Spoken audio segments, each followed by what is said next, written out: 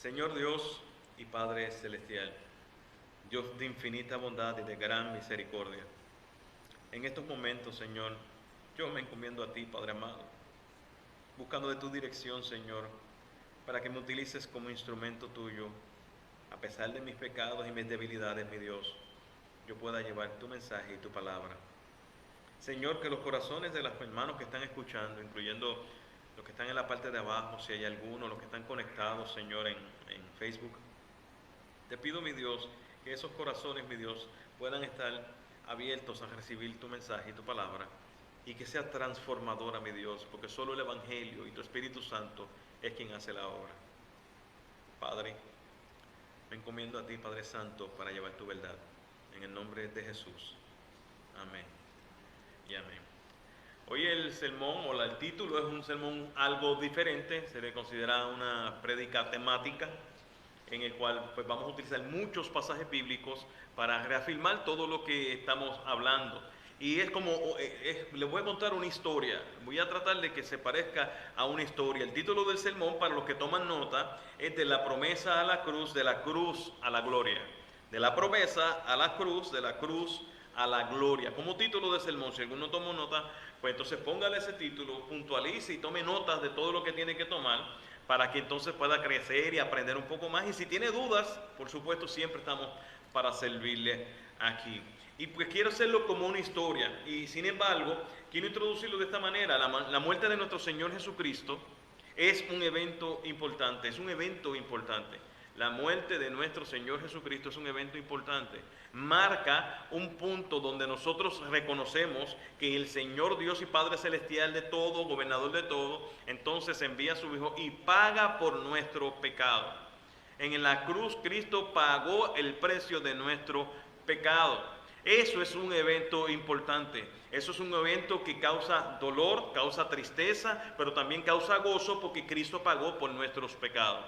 Pero más importante que la muerte de Cristo en la cruz es su resurrección. Es su resurrección, porque la resurrección marca el punto de partida de la verdadera fe de lo que creemos en Jesucristo.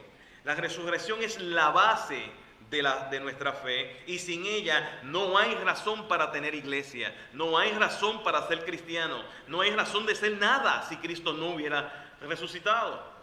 Primera de Corintios 15, versículo 14 dice: si Cristo no ha resucitado, vana entonces es nuestra predicación y vana es la fe de ustedes. Primera de Corintios 15, 14 dice que si Cristo sin resurrección, la iglesia no existe. La fe, creer en algo, es inútil. La mía y la de ustedes sería una fe inútil. Ahora, Cristo resucitó. Cristo resucitó y está vivo y está aquí. Y está entre nosotros. Es el Dios verdadero que está vivo por toda la eternidad. Yo quisiera que viéramos esto, porque la resurrección ha sido el punto de ataque de los ateos. El punto de ataque de los llamados ateos, que la realidad es que son necios. Dice la palabra de Dios: dice el necio en su corazón, no hay Dios. Así que los ateos no existen, los necios sí.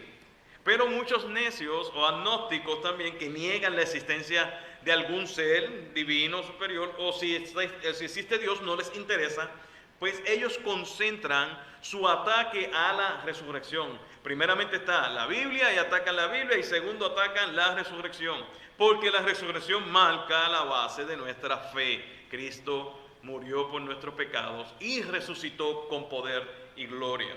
El hermano Josh Masdauer, inicialmente, que voy a darle una breve historia de él, planificó estudiar leyes para hacer una carrera política. Él estaba estudiando para ser abogado, para estudiar derechos en el Kellogg College de Michigan. Sin embargo, él, siendo agnóstico, decide preparar una tesis para que examinaría la evidencia histórica de la fe cristiana con la finalidad de refutarla. Su frase famosa fue: voy a acabar con esa mentira que han llevado por más de 2000 años.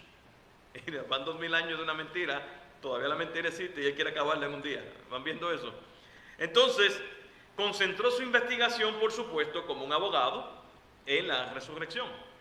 y empezó a usar la temática legal. La temática legal o la forma legal es que si esto si no pueden probar que esto pasó, entonces no existió. Pero un estudiante lo reta y le dice, no puedo probar que esto ocurrió, pero usted puede probar o buscar la evidencia de que no ocurrió. Entonces tiene que contestar eso también, porque es un término también legal. Y él concentró su investigación y se centró en la resurrección. Sin embargo, mis amados hermanos, terminó convirtiéndose al cristianismo, luego de que, como él afirma, la evidencia encontrada apoyaba más la historicidad del cristianismo en lugar de refutarla. Él concentró su investigación en la resurrección. Lee Strobel hizo lo mismo, un abogado que escribe en un periódico famoso en los Estados Unidos. Le pasó exactamente igual en el caso de él. Su esposa fue la que se convirtió. Entonces concentró su investigación en la resurrección. Él escribe un libro enorme, se llama Evidencias que exigen un veredicto. Se hizo cristiano y su afirmación de la investigación fue: no hay evidencia que refute o desmienta la resurrección de Jesucristo, y por lo tanto, de ser así, resulta todo en una sola cosa: Jesucristo es el verdadero Dios y hay que entregarse toda la vida a Él. Un abogado agnóstico, amado, solamente con una investigación simple, puedo decir yo, él lo investigó exhaustivamente. Nosotros tenemos que concluir que Cristo es real, que Cristo es real. Por lo tanto, mis amados hermanos, vamos a ver entonces la historia bíblica que habla de esa promesa que se hizo en Génesis, para ver cómo entonces de Génesis la simiente de Cristo fue llevado, la simiente de Dios de Adán, de Eva, fue llevado a la cruz, y cómo de la cruz entonces fue llevado a la gloria. Y en Génesis narra la nefasta decisión que tomó el hombre, que tomó Adán. Yo creo que el viernes yo hablé que muchos podemos pensar que nosotros no hubiésemos cometido ese pecado. Y yo sigo pensando que sí, hubiésemos estado en fila detrás de Adán, pasándonos la manzanita, como dije aquella vez. Sin embargo, mis amados hermanos, Adán y Eva, siendo los únicos existentes en ese momento, él cometió pecado como acto de desobediencia a la ley, a la única ley que existía en ese momento. Y la única ley que existía en ese momento fue la que Dios le dijo: de todo árbol del huerto puedes comer, menos, es decir, con la excepción, sacando aparte del árbol del conocimiento del bien y del mal, porque el día que de él comas ciertamente morirás, vas a morir. Eso fue lo que dijo nuestro Señor Dios, y se lo dijo directamente a Adán, y se lo enseñó directamente a Adán. Entonces Adán fue tentado, yo digo Adán, fue Eva que fue tentada por la serpiente. La serpiente tentó a Eva, Eva dio de comer del árbol prohibido, le dio de comer a Adán. Entonces Adán fue y abrieron los ojos de ambos y vieron que estaban desnudos, y ahí entró el pecado en la raza humana.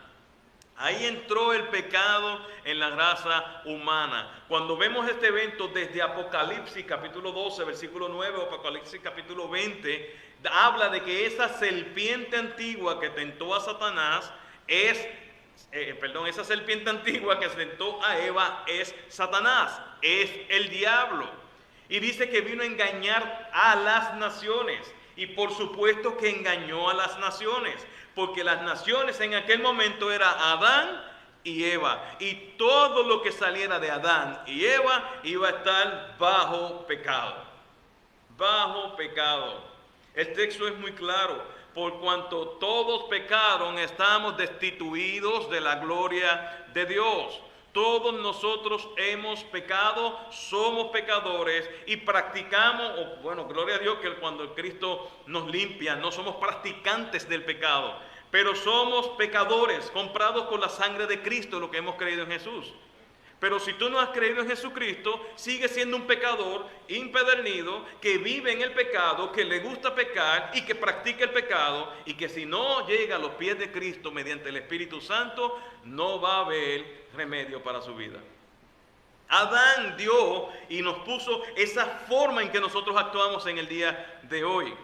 Adán actuó cuando pecó, comió del árbol, escuchó la voz de Dios, se escondió y se cubrió su vergüenza con hojas de higuera.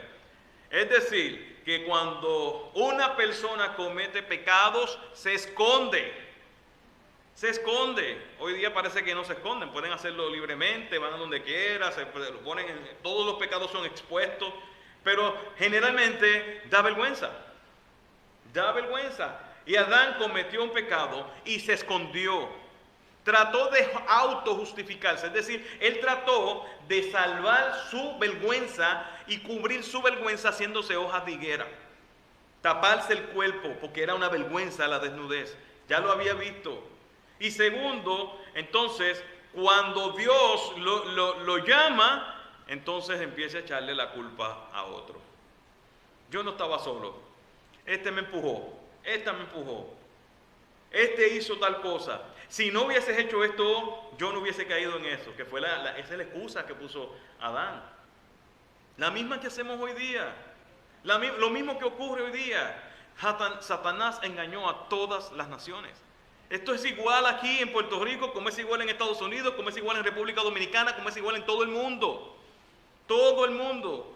Cuando hacen cosas que son delictivas, las hacen escondidos. Las hacen que nadie se entere. Cuando los atrapan, entonces empiezan a echar la culpa a otros. Eso lo vemos en la política. Muchos líderes políticos dicen, no, yo lo cogieron robando. Pero yo no robé solo. Si me ayudas, te voy a chotear unos cuantos más. Eso es lo que pasó en el Edén. Mirémonos a nosotros mismos. Esa es la actitud que todavía tenemos. Ponemos excusas cuando fallamos. Ponemos cosas y causantes que no tienen nada que ver conmigo, como si fuesen causantes de mi error y de mis pecados. Adán le echó la culpa a Dios. Adán le echó la culpa a Dios. Él le dijo, la mujer que me diste por compañera me dio del árbol y yo comí. Y uno a simple vista dice, bueno, le echó la culpa a la mujer. Pero él no dijo, la mujer me dio y comí. No, él dijo, la mujer que me diste por compañera. Es decir, la mujer tiene culpa, pero el más culpable eres tú, porque tú fuiste que me la diste. Si tú, Dios, no me hubiese dado a esta mujer, yo no hubiese comido del árbol. Mira qué soberbia es lo que...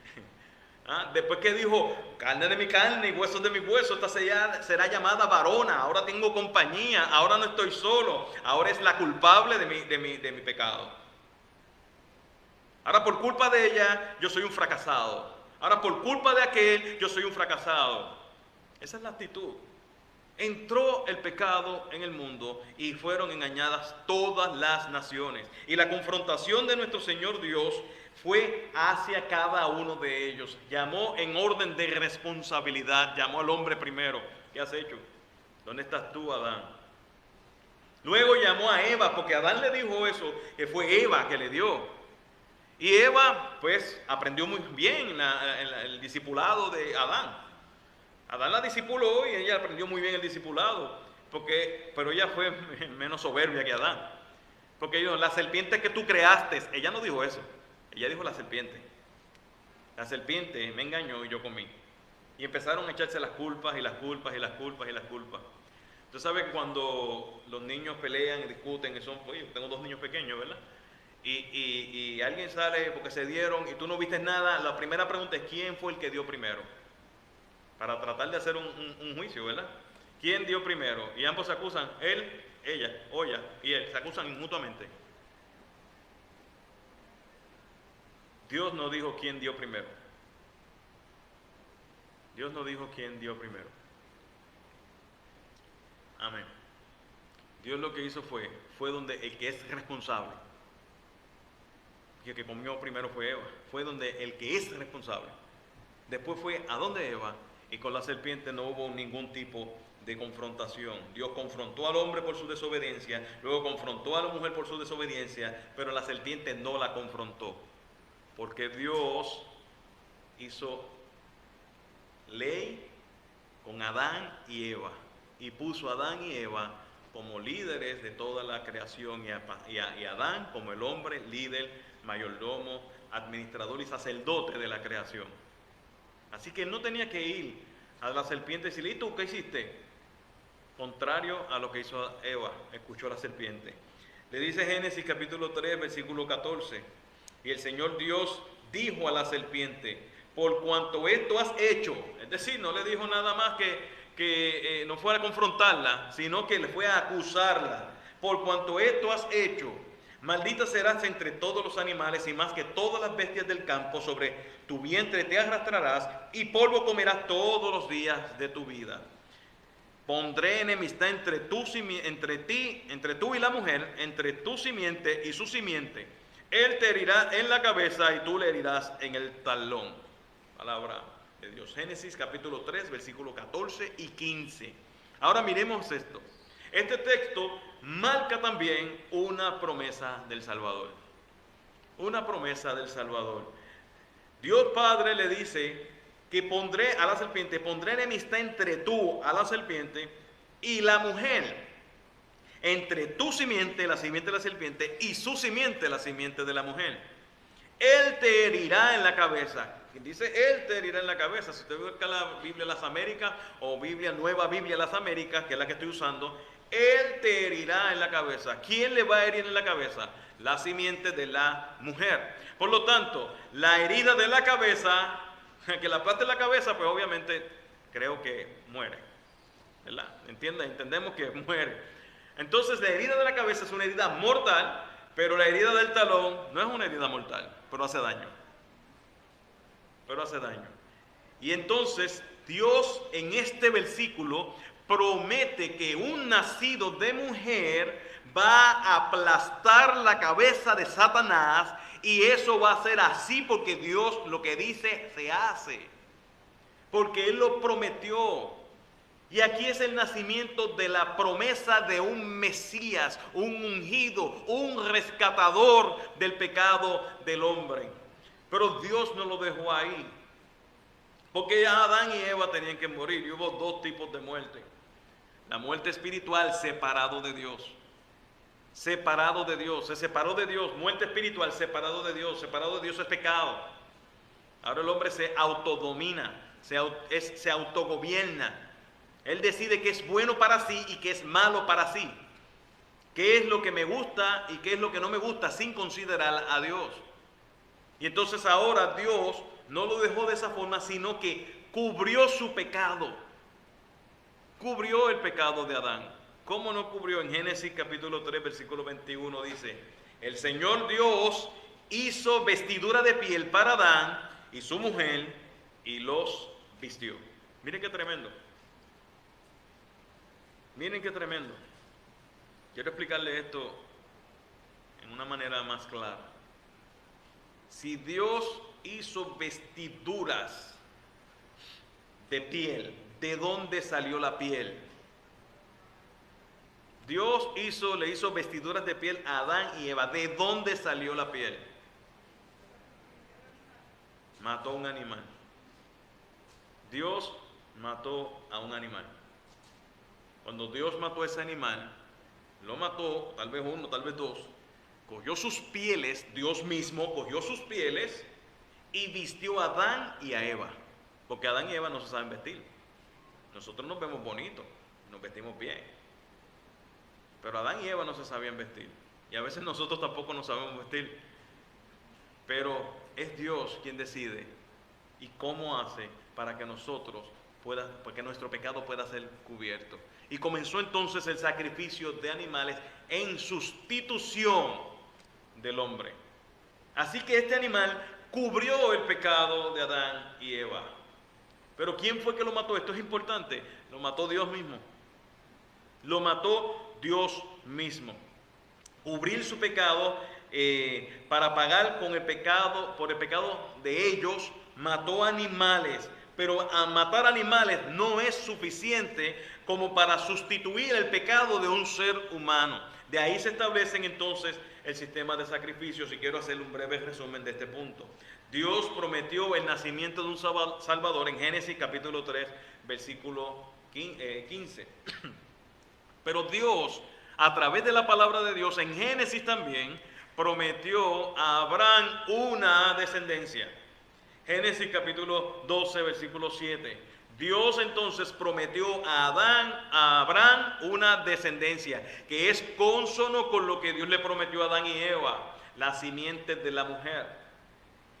También en Gálatas capítulo 3, versículo 16, identifica quién es esa descendencia que Dios prometió en Génesis capítulo 3, versículo 15, que es también lo que Dios le prometió a Abraham en Génesis capítulo 12, versículo 7. Estoy diciendo mucho texto, yo espero que estén por aquí. Amén. Y ahora está Gálatas capítulo 3, versículo 16, que dice: ahora bien, las promesas fueron hechas a Abraham y a su descendencia. No dice y a las descendencias como refiriéndose a muchas, sino más bien a una, y a tu descendencia, es decir, Cristo. Wow, amado.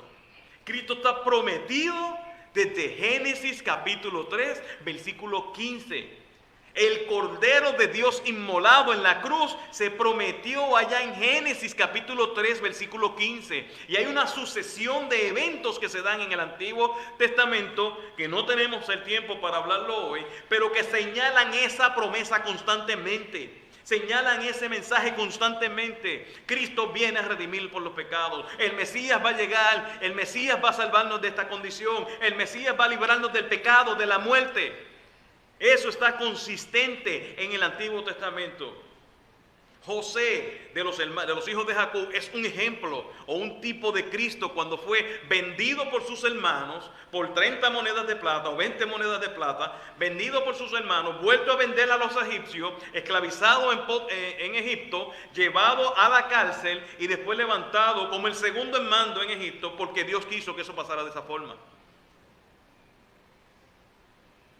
Para alimentar al pueblo de Israel, para alimentar a sus hermanos.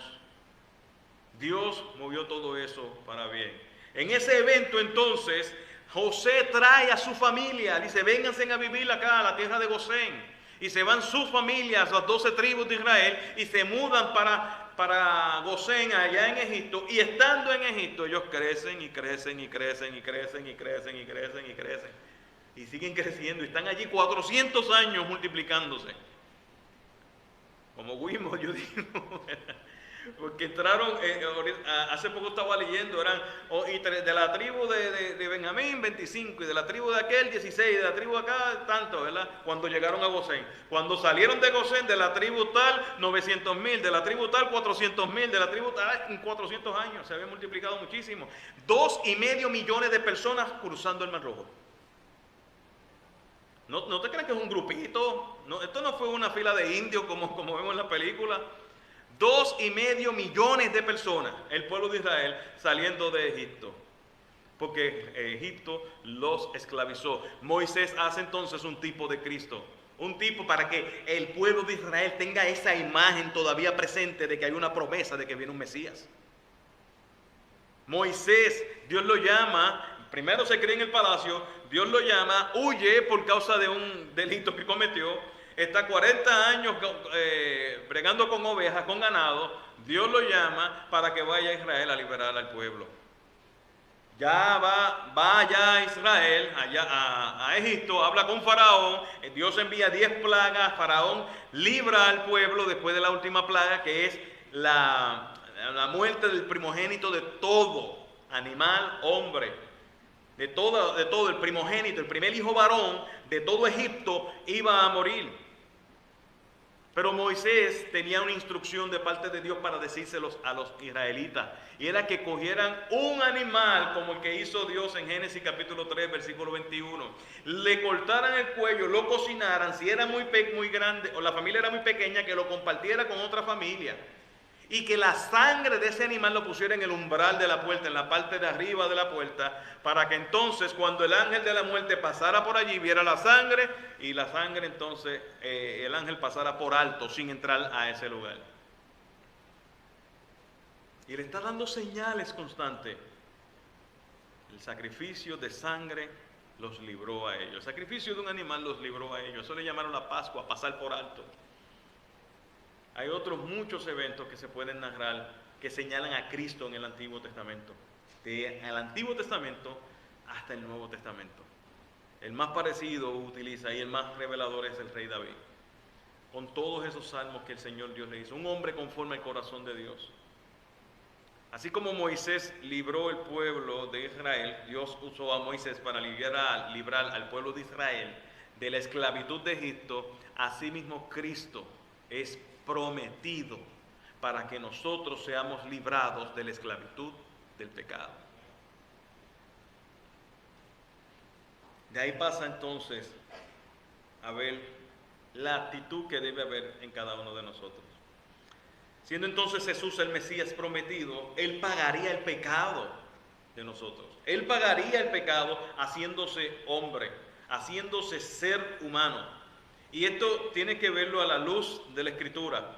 Moisés es un ejemplo, pero hay un ejemplo en Filipenses que está hablando de la actitud que debemos tener nosotros los unos con los otros, con los hermanos en Cristo.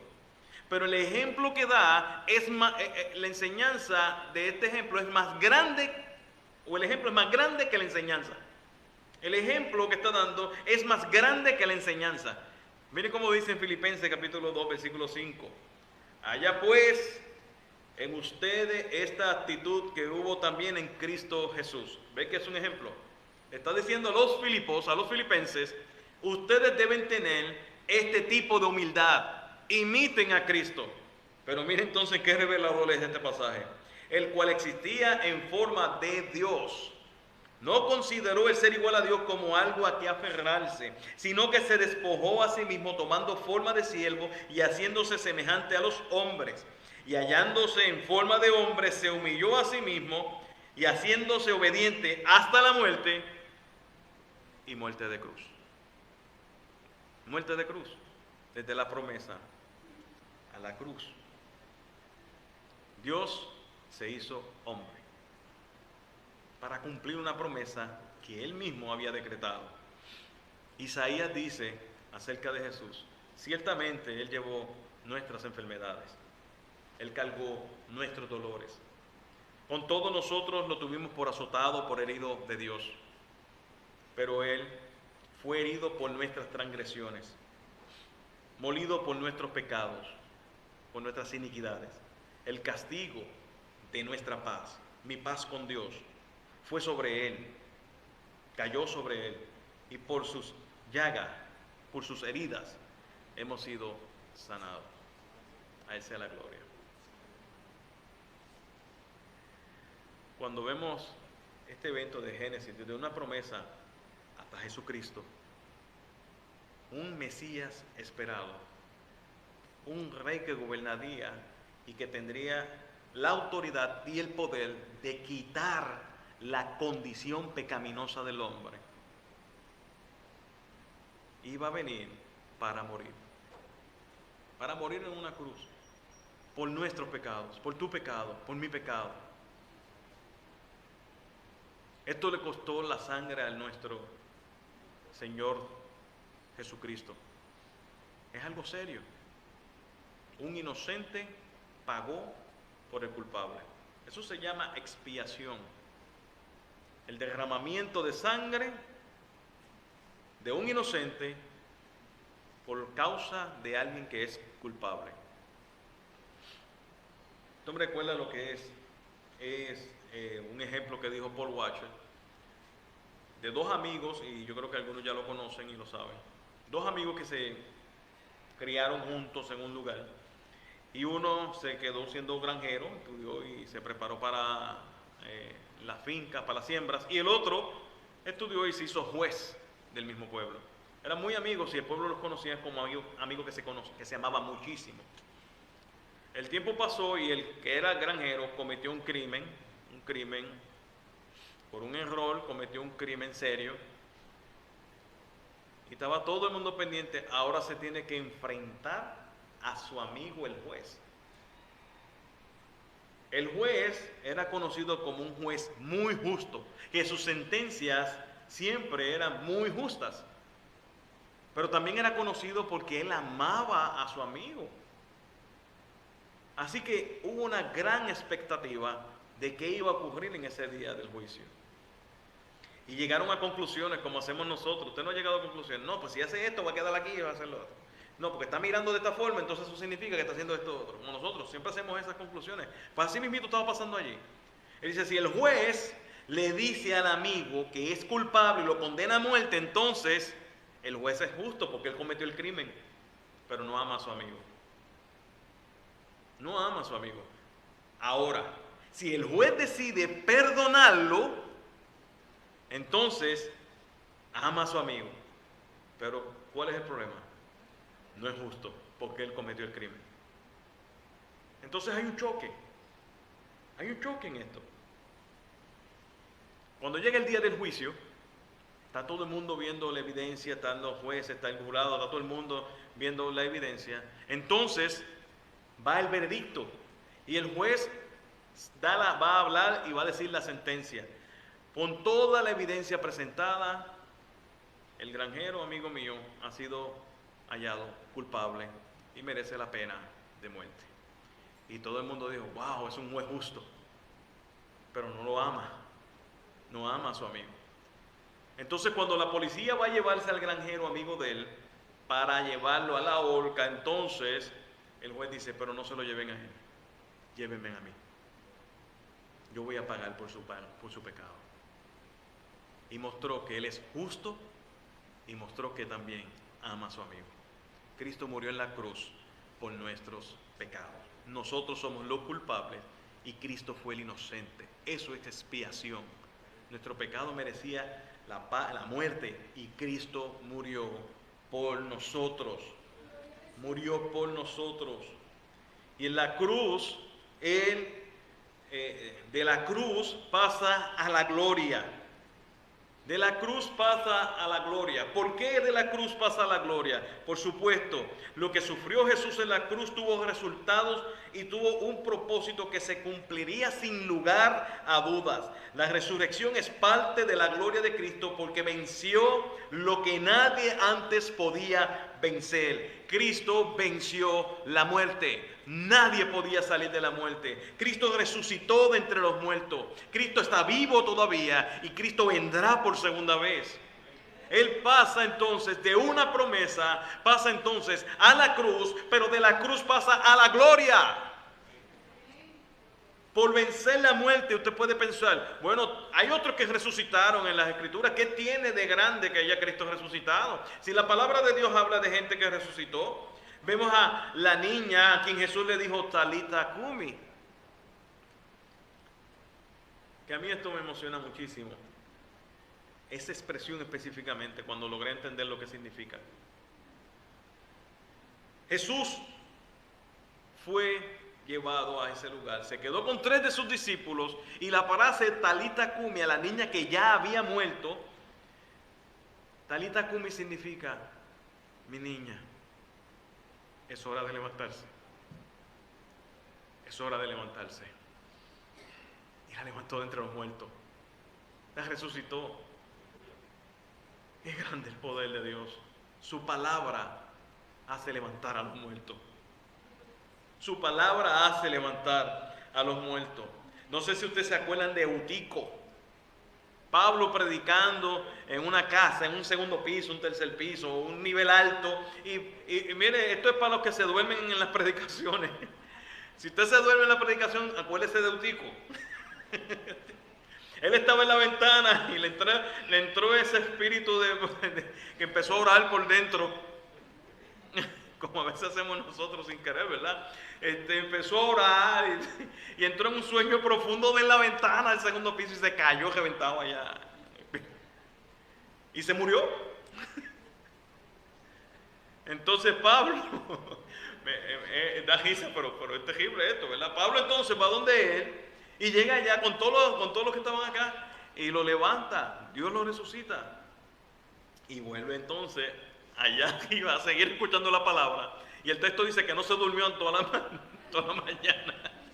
Siguió escuchando a Pablo hasta por la madrugada y no se volvió a dormir. Así que cuando le dé sueño en un púlpito escuchando un sermón, acuérdese de Eutico. No era cubano, era allá hebreo. Amén. También, amado, cuando Jesucristo murió, Él muere y resucitaron personas. En Mateo capítulo 27 salieron los muertos, se abrieron los sepulcros y visitaron a su familia. ¡Qué gran poder! Y usted dice, bueno, pues entonces no hay nada de especial en la resurrección de Cristo. Hay uno muy particular en Segunda de Reyes capítulo 13, que habla de un hombre, y lo voy a leer, dice, una vez cuando estaban sepultando a un hombre, vieron una banda de merodeadores que se les acercaba. Estaba en la tierra, en un lugar, ¿verdad? En la época del profeta Eliseo, y cuando estos moradores eran saqueadores y habitaban en ese lugar, pues andaban en un servicio fúnebre y llevaban a la persona muerta en sus hombros, y cuando vieron esos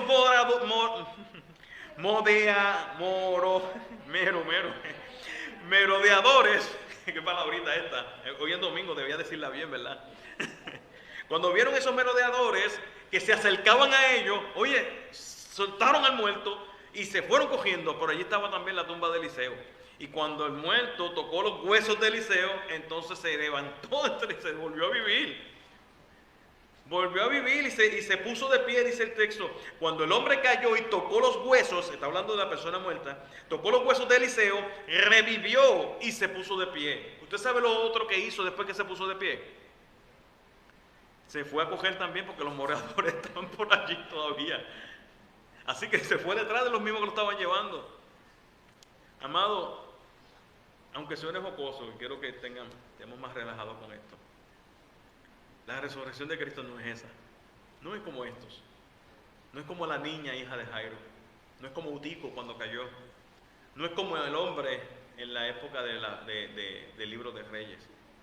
Cristo resucitó con poder, con gloria, y jamás va a volver a morir. Jamás va a volver a morir. Vive para siempre. Todos los demás volvieron a morir. Todos los demás murieron. Ellos resucitaron como seres humanos. Cristo resucitó en gloria. Pasó de la promesa a la cruz y de la cruz a la gloria de Dios. Por eso nosotros tenemos que estar alabando y glorificando el nombre de Él constantemente. Porque Cristo vive, y todo aquel que ha creído en Jesucristo va a vivir para siempre juntamente con Él. ¡Qué grande es el Señor! Él da vida a los muertos espirituales, a los que están separados por Dios, separados de Dios, los que están muertos espirituales. Como Cristo resucitó, ahora da vida espiritual y nos une con Dios. Dice 1 Corintios 15, 21, porque ya que la muerte entró por un hombre, también por un hombre vino la resurrección de los muertos.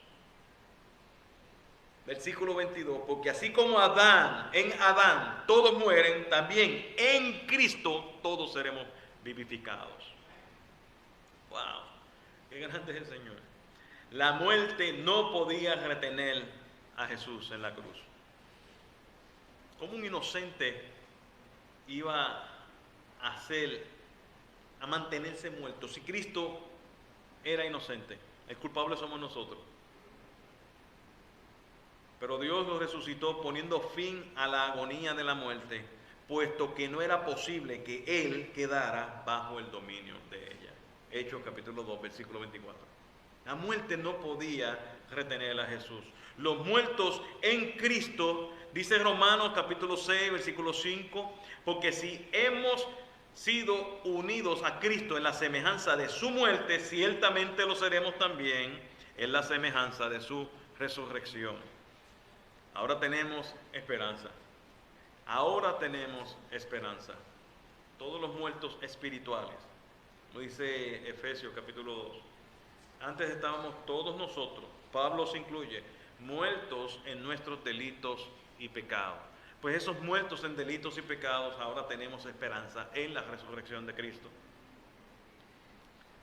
Cuando vemos Primera de Pedro, que un saludo que da Pedro a la iglesia, una bendición, una alabanza que da Pedro a los que están siendo expatriados y perseguidos. Dice: bendito sea el Dios y Padre de nuestro Señor Jesucristo, quien según su gran misericordia nos ha hecho nacer de nuevo a una esperanza viva.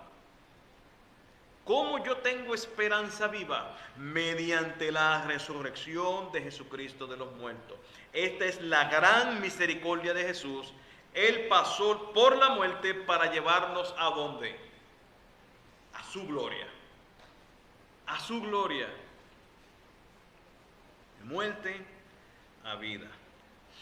Por eso, mis amados hermanos, Cristo no solo venció la muerte, venció el pecado. Venció el pecado y quitó el pecado de su pueblo escogido, de aquellos que Él llamó desde antes de la fundación del mundo. Y Hebreos 10:12 dice: pero Cristo, habiendo ofrecido una vez y para siempre un solo sacrificio por los pecados, se ha sentado a la diestra de Dios. Miren, amados, Cristo está ahora allí sentado, al lado del Padre, lleno de gloria, como lo vio Esteban cuando estaban apedreándolo. Esteban estaban apedreándolo y él miró al cielo, vio el cielo abierto y dijo: veo a Dios allí sentado en su trono.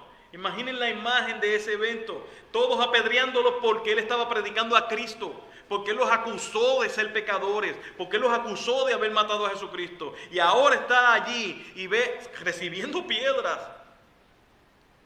Yo no sé, no tengo ni la más remota idea de lo que es sufrir una serie de pequeñitas pedradas, sí, pero pedradas hasta la muerte. Meterle todos esos peñones encima, en la cabeza, que es donde más le gusta dar a los bandidos. Y él miraba al cielo, herido, recibiendo aún pedradas y estando vivo, y mirar al cielo y tener esa visión gloriosa de Dios Padre centrado en el trono, y para vergüenza de los que estaban apedreándolos decirle: y a Jesucristo sentado en su lado, lleno de gloria, para vergüenza de los que estaban allí. Si ellos se enojaron porque fueron acusados por matar a Cristo, por llevar a Cristo a la cruz, ¿cuánto más se habrán enojado de verlo vivo y que Él dijera esas palabras? De la cruz pasó a la gloria, saldó nuestra deuda, saldó nuestro pecado. Jesús sabía exactamente lo que iba a ocurrir, pero sufrió el dolor de la cruz, sufrió el dolor de Getsemaní, y fue a la cruz porque obedecía al Padre, deseaba obedecer al Padre y esperaba obtener el beneficio del que Él había pagado, que es el pueblo, las personas que Él iba a rescatar por la fe. Morir en Cristo es resucitar en gloria. En Cristo somos glorificados porque Dios glorificó a Cristo. Y la realidad de la resurrección y su manifestación en gloria es verdadera, como dice Hechos 7:55. Pero Esteban, lleno del Espíritu Santo, fijó los ojos al cielo, vio la gloria de Dios y a Jesús de pie a la diestra de Dios. Jesús fue recibido en gloria. Ya voy concluyendo con esto, amado. Quiero que lo tengamos muy pendiente. Timoteo es una carta pastoral. Timoteo es una carta pastoral llena de teología. No significa que eso solamente es una carta exclusiva para pastores, es una carta para la iglesia, todos nosotros, para todo aquel que cree que la palabra es palabra de Dios, que no tiene errores, que no se contradice. Sabe que Timoteo es una carta inspirada por Dios, son instrucciones para la iglesia. Pero qué grande revelación Dios le dio a Pablo cuando escribe en Timoteo, 1 Timoteo 3:16. Dice: indiscutiblemente grande es el misterio de la piedad. Él fue manifestado en carne. La promesa de la simiente de la mujer, un nacido de la mujer. Dios se hizo carne. Vindicado en espíritu, resucitado. Contemplado por los ángeles, y eso lo voy a explicar ya mismo. Proclamado entre las naciones, creído en el mundo, recibido arriba en gloria. Dios le reveló eso a Pablo. Pablo se lo dijo a Timoteo y ahora la palabra nos lo dice a todos nosotros hoy. Ya concluyendo, si nuestra vida, amados hermanos, si en nuestra vida solamente esperamos en Cristo para tener esta vida que tenemos ahora, somos los más dignos de lástima. Si tú crees que Cristo es el amuleto que tú puedes utilizar para que te vaya bien como el falso evangelio de la prosperidad, si tú crees que Cristo es el sistema de inversiones, porque si tú eres cristiano puedes tener entonces grandes cosas, eres el más digno de lástima. Y eso no lo digo yo. Yo lo estoy diciendo ahora, pero lo dice 1 Corintios capítulo 15, versículo 19. Si hemos esperado en Cristo para esta vida solamente, ¿sabes qué? Yo he escuchado mucho esto y es cierto. Lo que más seguro tenemos aquí es la muerte, ¿verdad? Pero no es tan cierto, porque lo más seguro que tenemos es un Dios justo que siempre va a estar aquí. Pero sí sabemos que vamos a morir y que es solamente dos destinos. El purgatorio no existe. El purgatorio no existe. Nadie va a interceder por ti después que muera. Nadie, sí, podrían interceder, pero no va a pasar absolutamente nada. Porque ya Dios emitió el juicio. Porque es necesario que los hombres mueran una sola vez y inmediatamente una vez mueran el juicio, dice la palabra de Dios. Si tú estás esperando en Cristo en esta vida para tener algo suavecito, para estar bien, para decir que eres cristiano, para decir que voy a una iglesia, dice la palabra que eres el más digno de lástima. Porque el contexto de 1 Corintios 15 está basado en un entendimiento claro de la resurrección. Tenemos algo mayor que lo que tenemos aquí. Amado, Joel Osteen decía, tu mejor vida ahora. Mentira de Satanás. Mentira de Satanás. John MacArthur le contestó, si tu mejor vida es ahora, es que en el futuro, cuando mueras, estarás en el infierno. Y es cierto también. Tu mejor vida no es ahora, mis amados hermanos. Cree en Jesucristo, arrepiéntete de tus pecados y sí vas a tener tu mejor vida en el futuro. 1 Corintios 15, 19. Si hemos esperado en Cristo para esta vida solamente, somos de todos los hombres los más dignos de lástima. ¿Sabe por qué? Porque Cristo no murió en la cruz y resucitó al tercer día para que tengamos esperanza en esta tierra. Más bien lo hizo para que fuésemos glorificados juntamente con Él, esperando un lugar celestial, el cual Él ha guardado por el poder de su palabra para nosotros, para que disfrutemos de su presencia eternamente y para siempre, sin relación con el pecado, sin relación con cosas que tengan que ver con el pecado y la caída, y vivir eternamente con Dios allá en el lugar que Dios ha preparado para cada uno de nosotros. Eso es ser cristiano. Eso es el evangelio. No es esperar aquí. No es aquí, son las cosas. Es en el reino de Dios. Es en el reino de Dios. Y una de las preguntas que nos hacemos muchas veces es, ¿dónde entonces estaba Jesús? De viernes a domingo. ¿Qué pasó con Jesús? ¿Qué pasó el sábado? Yo no sé si antes le decían sábado de silencio, yo no recuerdo si ese era. Ahora le dicen sábado de gloria, o sábado de playa, o sábado de vacilar, no sé, pero no. Oye, Cristo, ¿qué pasó de Cristo de viernes a domingo en su resurrección? Unos dicen que fue al infierno a predicar. No fue al infierno a predicar. No fue al infierno a predicar. Están utilizando mal el pasaje que está en una de las cartas de Pedro, que habló a los espíritus encarcelados. No, él no fue al infierno a predicar. Eso no es cierto. Si Jesús siendo Dios, que no miente, al lado de la cruz había uno que estaba arrepentido. Acuérdate de mí, uno de los ladrones dijo, acuérdate de mí cuando vengas en tu reino. ¿Y qué le dijo Jesús? Hoy mismo estarás conmigo en el reino de los cielos. Le dijo dos noticias, una buena y una mala. La buena, que va a estar con el Señor en el reino de los cielos. La mala, que él iba a morir en ese día. ¿No es así? Así fue. Así que Jesús no miente. Él estaba en el reino de los cielos. ¿Pero qué hacía en el reino? Otros dicen que se quedó en la tumba. Algunos dicen que él mismo empujó la piedra. Después de todos esos azotes, 100% humano. ¿Qué dice la palabra? Si Él le dijo al ladrón, hoy mismo estarás en el reino de los cielos. Dice la palabra en Salmo 24.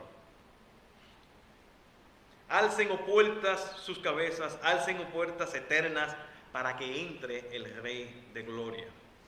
¿Quién es el Rey de gloria?